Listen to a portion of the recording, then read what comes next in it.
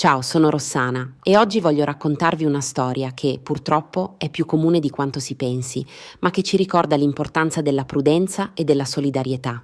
È la storia di Daniela, una donna che ha rischiato di perdere i suoi sogni, ma che ha trovato la forza di proteggere ciò che conta davvero. Nel cuore assolato di un paesino del sud Italia, dove le strade strette si snodavano come nastri tra case antiche e il profumo inebriante del basilico si mescolava all'aria salmastra, viveva la signora Daniela Guabi. Era una donna anziana, ma il suo sorriso gentile e i suoi occhi, ancora pieni di una luce vivace, tradivano una giovinezza d'animo che il tempo non aveva scalfito. Ogni mattina, con la precisione di un orologio antico, si affacciava al balcone fiorito del suo piccolo appartamento al secondo piano. Da lì salutava con un cenno affettuoso chiunque passasse per strada, come se ogni volto conosciuto fosse una carezza di compagnia, un filo invisibile che la legava al mondo esterno. Da quando suo marito, il caro Antonio, era venuto a mancare 3 anni prima, Daniela aveva trovato conforto in una routine tranquilla e rassicurante. Le sue giornate erano scandite da piccoli, significativi riti, la messa del mattino, un momento di riflessione e preghiera che le donava pace, il pomeriggio il caffè al bar sotto casa, dove scambiava 2 chiacchiere con il barista e i clienti abituali, una lunga e piacevole conversazione con le vicine e la sera si concludeva immancabilmente con la telefonata a sua figlia, Laura, che viveva al nord con il marito Marco e il loro adorato nipotino, il piccolo Luca, di appena 5 anni. Daniela non era una donna ricca, ma aveva sempre vissuto con dignità e parsimonia. Aveva messo da parte, con anni di sacrifici e rinunce, un gruzzolo di risparmi in banca, frutto del lavoro di una vita intera, delle piccole pensioni sue e del marito, un tesoretto che rappresentava la sua sicurezza e la sua indipendenza. Un pomeriggio caldo e afoso di giugno, mentre Daniela, con la sua solita meticolosità, spolverava i centrini di pizzo della credenza, un suono inaspettato ruppe il silenzio della casa. Qualcuno bussava alla porta. Daniela, sorpresa da quella visita improvvisa, si affrettò ad aprire. Si trovò davanti un giovane dall'aspetto impeccabile, vestito con una giacca chiara e un sorriso smagliante che sembrava studiato a tavolino. «Buongiorno, signora», esclamò il ragazzo con una voce squillante, quasi troppo allegra per l'ora. «Sono qui per parlarle di un'opportunità eccezionale, qualcosa che potrebbe davvero cambiare la sua vita». Daniela lo guardò perplessa, il sopracciglio inarcato. «Un'opportunità? Di cosa si tratta, giovanotto?» «Sì, signora, un'opportunità, esattamente, un investimento sicurissimo, garantito al 100%, che sta letteralmente rivoluzionando l'economia familiare di tantissimi italiani. È il futuro, mi creda, il modo più intelligente per far fruttare i suoi risparmi. Non le porterò via molto tempo, solo 5 minuti, il tempo di spiegarle tutti i dettagli. Posso entrare?» Daniela esitò. Una vocina dentro di sé le suggeriva prudenza, ma l'educazione innata e l'aspetto rassicurante del giovane la convinsero. Lo fece accomodare nel salotto, un ambiente modesto ma accogliente, e come sempre, con la sua innata ospitalità, gli offrì un bicchiere d'acqua fresca. Il ragazzo, con un'eloquenza sorprendente e un entusiasmo contagioso, cominciò a parlare a raffica, estraendo dalla sua elegante cartella grafici colorati, tabelle piene di numeri e testimonianze stampate su fogli lucidi, che sembravano quasi patinati. «Signora, il nostro piano si basa su una tecnologia all'avanguardia, con un investimento minimo, e sottolineo minimo, di soli 10.000 euro, nel giro di 2 settimane lei vedrà il suo capitale quadruplicarsi. Le parlo di cifre vere, signora Daniela, non sono promesse campate in aria. Guardi qui. Questo signore, un pensionato come lei, ha guadagnato la bellezza di 42.000 euro in un solo mese. E questa signora, di 89 anni, ha già prenotato una crociera ai Caraibi con i suoi guadagni. Nei prossimi giorni saremo anche ospiti nei programmi sulle reti televisive nazionali». Daniela ascoltava, incuriosita e al tempo stesso un po' stordita da tutta quella sicurezza ostentata. Si sentiva come una barca in mezzo a una tempesta di numeri e promesse. «Ma io non sono tanto giovane, sa, e di queste cose non me ne intendo proprio». «Proprio per questo, signora mia, questo investimento è pensato apposta per le persone come lei, che vogliono godersi la vita senza preoccupazioni.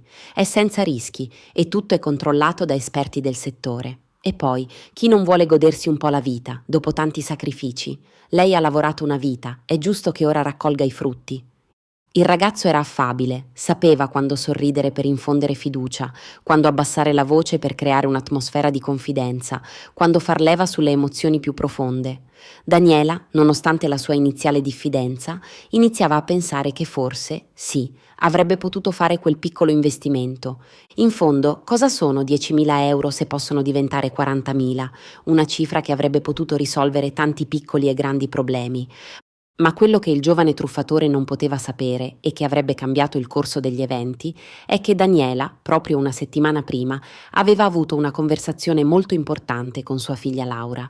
Laura le aveva parlato di un sogno, un desiderio che sembrava irrealizzabile, l'acquisto di una casetta in periferia, modesta sì, ma con un piccolo giardino, un luogo sicuro e felice dove il nipotino Luca avrebbe potuto giocare liberamente. L'anticipo è troppo alto, mamma. Non so quando riusciremo davvero a farlo, le aveva detto la figlia, con un filo di malinconia nella voce, una tristezza che aveva stretto il cuore di Daniela. Da quel momento Daniela aveva iniziato a sognare. Pensava e ripensava. E se potessi aiutarla io? Se le facessi quella sorpresa, finalmente, dopo tutto quello che ha fatto per me, dopo tutti i sacrifici che ha affrontato per la famiglia? Così, quando il truffatore, con un tono che non ammetteva repliche, le disse: «Ci pensi con calma, signora, ma domani potrai tornare con i moduli, così firmiamo tutto e diamo il via a questa straordinaria opportunità. L'unica cosa, controlli che la sua carta abbia credito sufficiente per il primo bonifico. Va bene?» Daniela annuì, con il cuore che batteva all'impazzata. «Sì, va bene, a domani». Quella sera, durante la loro telefonata, non disse nulla a Laura, un po' per paura di illuderla, di alimentare una speranza che poi si sarebbe potuta infrangere, un po' perché si sentiva ingenua a credere a quelle promesse di guadagni facili, ma soprattutto perché voleva vedere la sua faccia, l'espressione di pura gioia e incredulità, nel momento in cui le avrebbe detto: «Ecco, questo è l'anticipo. La casa è più vicina di quanto pensi, amore mio».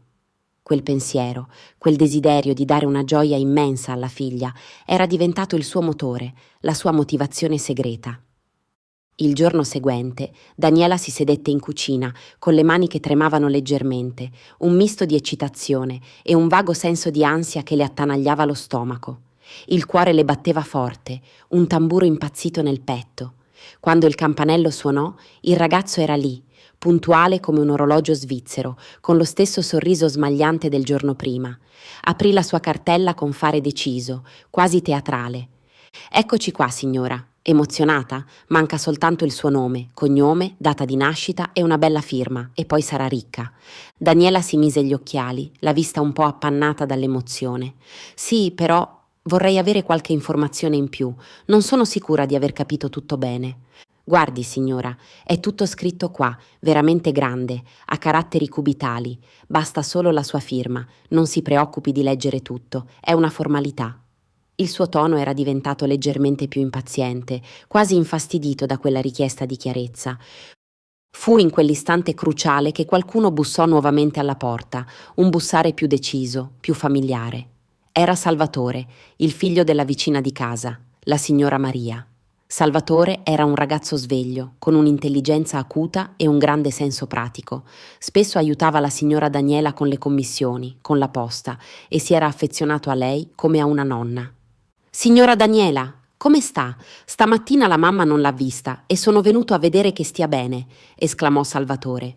Poi il suo sguardo cadde sul giovane sconosciuto, sui fogli sparsi sul tavolo e sull'espressione titubante e un po' spaventata della signora. Intuì subito, con la rapidità di un lampo, che qualcosa non andava. «Scusi, lei chi è?» chiese Salvatore, il tono della sua voce che si fece improvvisamente sospettoso, quasi minaccioso. «La signora mi conosce, sono il suo consulente. Sto aiutando la signora con un investimento», rispose il truffatore, cercando di mascherare il suo nervosismo con un sorrisetto falso, che non ingannò affatto Salvatore. Salvatore si avvicinò a Daniela, posandole una mano rassicurante sulla spalla. «Signora, questo tipo di cose si vedono spesso in TV, nei programmi che mettono in guardia dalle truffe. Promettono soldi facili, guadagni stratosferici, ma sono solo inganni. Le chiedono un acconto e poi spariscono nel nulla, portandosi via i suoi risparmi». Daniela lo guardò, gli occhi sbarrati per la paura e la realizzazione. Veramente? Ma sembrava tutto così serio, così convincente. Il ragazzo cercò di riprendere il controllo della situazione, la sua voce si fece più dura. Signora, non si faccia confondere da questo ragazzo. Qui è tutto scritto nero su bianco, è un contratto legale, deve solo firmare e la sua vita cambierà. Ma Salvatore lo interruppe bruscamente, la sua pazienza era giunta al limite. Adesso basta, se è tutto chiaro, allora posso leggere anche io il contratto? Magari l'investimento potrebbe interessare anche me. Il sorriso del giovane svanì di colpo, sostituito da un'espressione di panico. Si alzò di scatto, cercando di recuperare i fogli dal tavolo, ma Salvatore, con un gesto rapido e deciso, glieli strappò di mano. Meglio che tu sparisca, amico, e non farti più vedere da queste parti. Il truffatore, borbottando qualcosa di incomprensibile tra i denti, corse giù per le scale a perdifiato, lasciando la porta spalancata dietro di sé.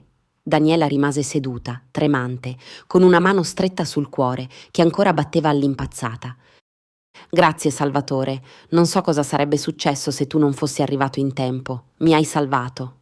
È tutto a posto, signora. L'importante è che lei stia bene. Ma se posso darle un consiglio, non apra mai più la porta a chi non conosce. E se le parlano di soldi, di investimenti o di qualsiasi cosa che le sembri troppo bella per essere vera, prima mi chiami. O chiami Laura. Non si fidi di nessuno che le promette guadagni facili. Daniela annuì, commossa fino alle lacrime, grata per la prontezza e la lealtà di quel ragazzo. Nei giorni successivi, Salvatore aiutò la signora a segnalare l'accaduto alla polizia.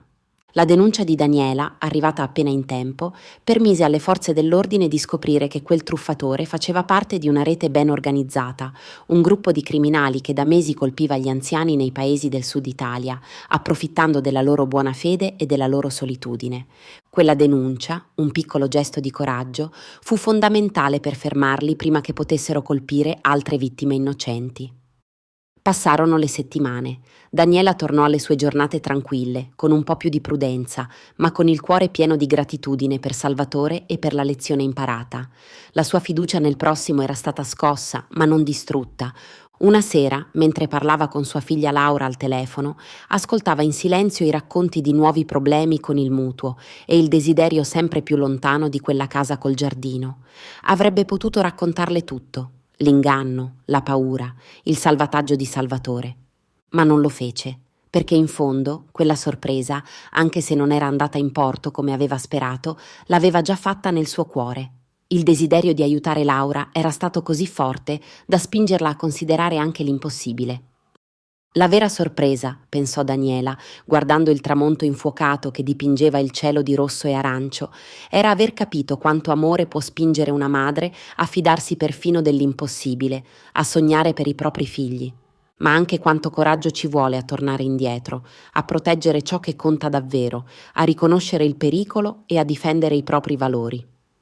Il denaro passa, mormorò quasi a se stessa, mentre il sole scompariva all'orizzonte, ma la coscienza pulita, la serenità e la consapevolezza di aver fatto la cosa giusta, quella sì che dura una vita intera. E in quel momento Daniela si sentì più ricca che mai. Se questa storia ti è piaciuta, non dimenticare di lasciare un mi piace, iscriverti al canale e attivare la campanella per non perdere le prossime uscite. Sono Rossana e non vedo l'ora di raccontarti la prossima storia.